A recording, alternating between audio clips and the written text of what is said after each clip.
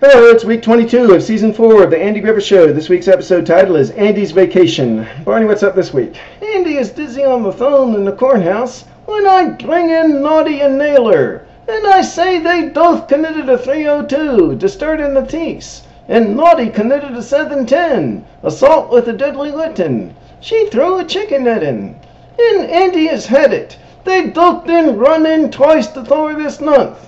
And he says they got a week to come up with a $10 fine, or it's going to be 10 days in jail. And after they leave, Andy says he's tired of cuddling these folks. Lawbreakers will get fined or jailed. He says it's time to make things easy on ourselves around here.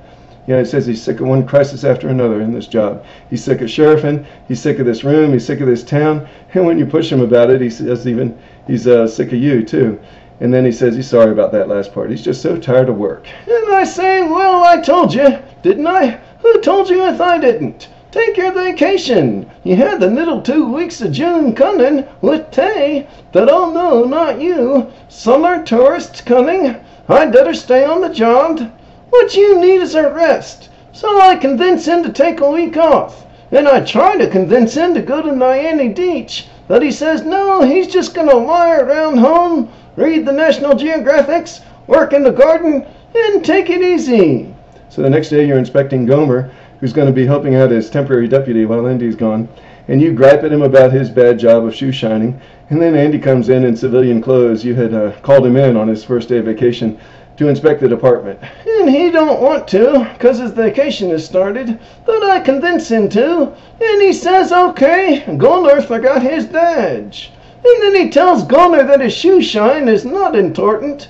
And I take Andy off to the side, and I tell him not to undermine me, and to go on home now, and not to worry about a thing here.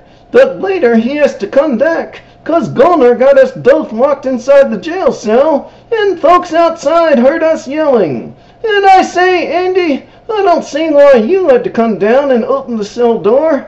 I mean, you're supposed to be home relaxing and enjoying your vacation. And he says somebody had to.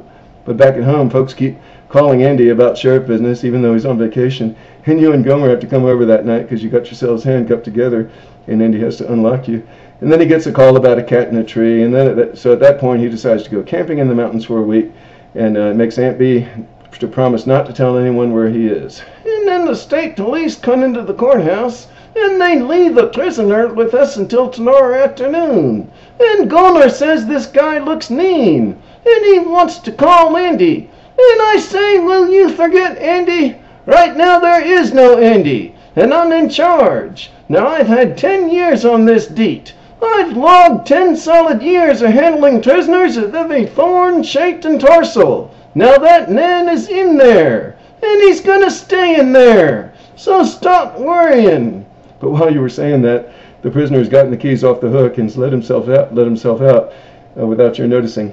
And then he runs into the woods and he comes up on Andy tending to his campfire. And Andy feels that some of the things this guy is saying about who he is and what he's doing just don't make sense. And then he sees his prison shoes, which is a definite giveaway that he's an escaped prisoner.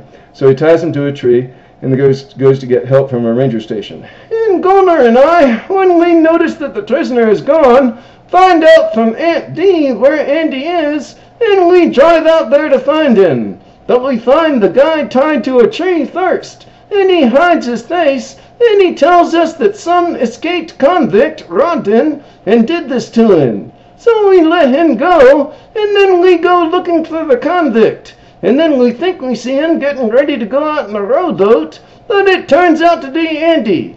And when Andy finds out that we let the guy tied to a tree go, he says to follow him quick. But we can't find the guy working together, so we split up. And Andy catches him, and then Gomer catches me. And when Gomer says, well, how did I know it was you? I say, oh, shut up, Gomer. Just shut up. And the next day I read the story in the newspaper. The pursuit led through thick woods and heavy underbrush. Even though darkness was falling and vision was reduced to a minimum, Sheriff Taylor and his deputies Pyle and Fike, he always spells my name wrong. Pyle and Fike made the capture and the subsequent arrest. He was a tough customer, Fike was quoted as saying, "But we got in."